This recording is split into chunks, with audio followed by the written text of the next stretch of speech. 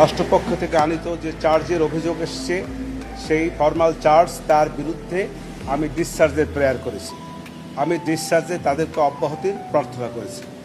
অব্যাহতির প্রার্থনার মূল যে বিষয়গুলি ছিল সেগুলো এই যে তার বিরুদ্ধে যে সমস্ত কথাবার্তা এসছে সেগুলো কল্পিত, উদ্দেশ্যপ্রণোদিত, রাজনৈতিক উদ্দেশ্যপ্রণোদিত এবং যেগুলো কোনো সত্যিকারের ভিত্তি নাই।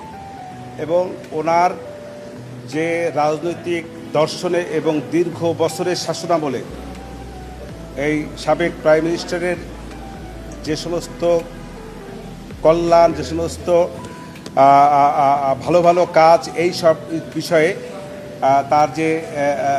তার প্রতি রাজনৈতিকভাবে ঈর্ষান্বিত হইয়া এই মামলাটার আনয়ন করা হয়েছে। এটা হলো মূল বক্তব্য। প্রথম কথা হলো যে সে রাজাকারের নাতিপুতির যে বক্তব্যটা এসছে, সাবেক প্রধানমন্ত্রী রাজাকারের নাতিপুতি এইভাবে উনি বলতে চান না এবং বলেনও নাই। আর রাজাকারকে ধ্বংস করে দেওয়া, তাদেরকে হত্যা করা, এরকম একটা প্রশ্ন আসছে এই মামলার মধ্যে। সেক্ষেত্রে আমি বলেছি যে উনি দীর্ঘ বছর শাসন আমলে ছিলেন।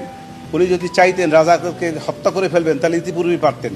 উনি ইতিপূর্বে যেহেতু রাজাকারকে হত্যা করেন নাই, আজকে আসে কেন বাচ্চা ছেলেদেরকে হত্যা করবেন? এটা হল প্রথম কথা। দ্বিতীয় কথা হলো ওনাদেরকে বলা হয়েছে যে